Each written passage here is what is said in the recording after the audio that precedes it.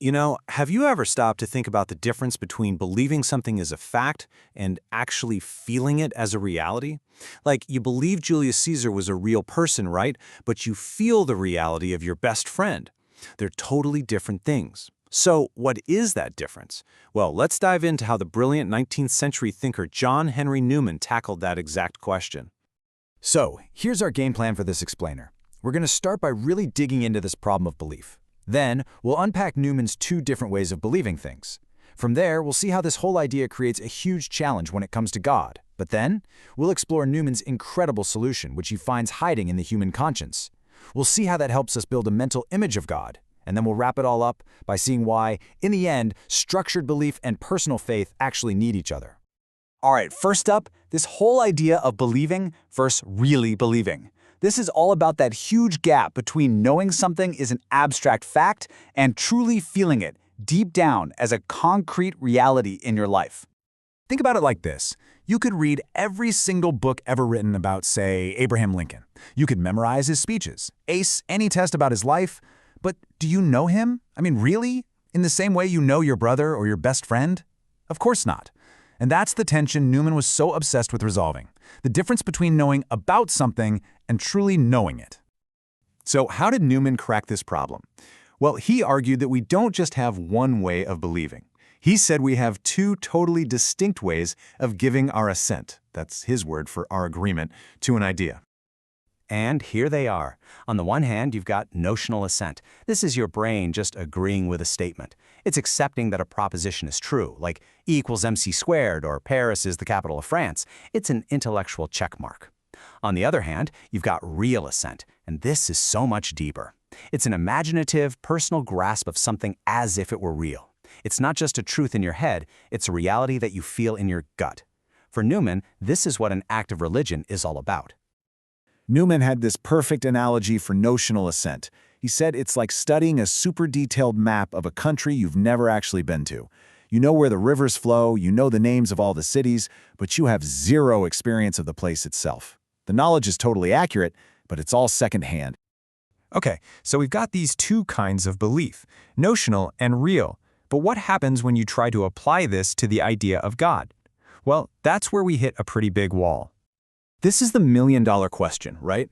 If real assent, that deep, personal, gut-level belief, requires an imaginative grasp of a reality, how on earth is that possible for a being that, by definition, is invisible? We can have real assent to a person we've actually met or a place we visited, but how can we believe in God as if we saw him? Now, Newman's answer to this is it's fascinating. He says the evidence we need for real assent isn't out there in the world, something we can see or touch. Instead, he tells us to look inward. The clue, he says, is inside all of us, in the human conscience.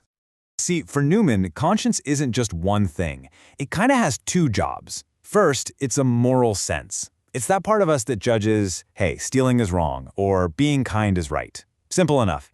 But then there's this other part, a sense of duty. It's that commanding voice inside us, what he calls a magisterial dictate, that doesn't just suggest we do the right thing, it commands us. And this commanding voice, well, it comes with some seriously powerful emotions. When we ignore it, we don't just think, oops, that was an incorrect action. We feel it. We get that sense of self-reproach, that deep, poignant shame, a haunting remorse, and what Newman describes as a chill dismay about what's coming. These aren't just abstract thoughts. They're deeply personal, emotional gut punches. And of course, the flip side is true too. When we follow our conscience, we feel that profound sense of self-approval, a real inward peace, a lightness in our hearts. It's a feeling he calls a soothing, satisfactory delight. The key thing to notice here is that both sides of this coin are intensely emotional and personal. So, here's the crucial point. What do all these powerful feelings actually tell us? For Newman, they're not just random chemical reactions. They are clues. They are signposts pointing towards something, or rather, someone beyond ourselves. And this is the pivotal question. Think about it. If nobody saw you do something wrong, why would you feel ashamed? Who are you responsible to? There's that old saying, the wicked flee when no one pursues. Where does that feeling of being pursued come from? Newman's big insight is this: these feelings are fundamentally relational. You don't feel ashamed in front of a rock.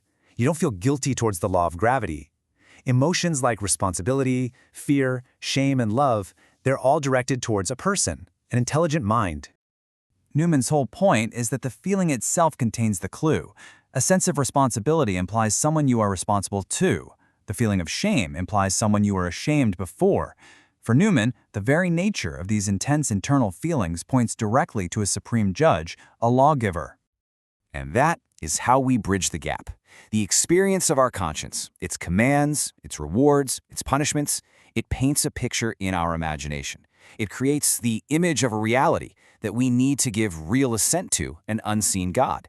It's the raw data our imagination uses to grasp God not just as an idea, but as a real living person.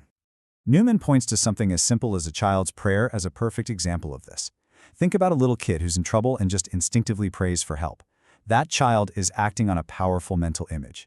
They're relating to a being who is invisible but feels totally present, someone who can read their thoughts and has the power to change things.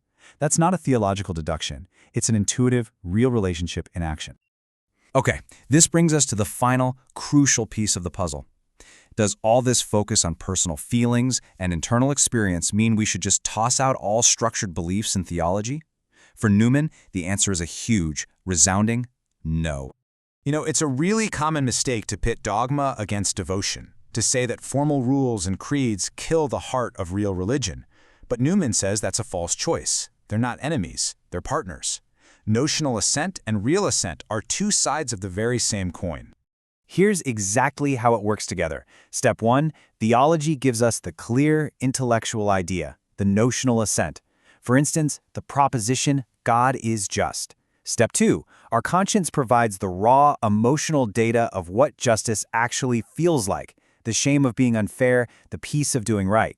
And finally, step 3, our imagination takes all that emotional data and uses it to grasp the proposition not as a dry fact, but as a living, breathing reality, and that is real assent. So this brings us right back to where we started, to that map analogy. Theology, our notional assent, is the map. It is absolutely essential for clarity, for direction, for understanding the landscape. But religion, the real assent that's fueled by our conscience, is the experience of actually walking the territory. You need both. You need the map and you need the journey. And as Newman himself wraps it up, personal devotion just can't survive on its own. Feelings and emotions, as powerful as they are, need a solid framework to rest on. The heart needs the head to give its devotion clear and substantial objects. In the end, he says that personal, vital religion falls back upon dogma for its very survival.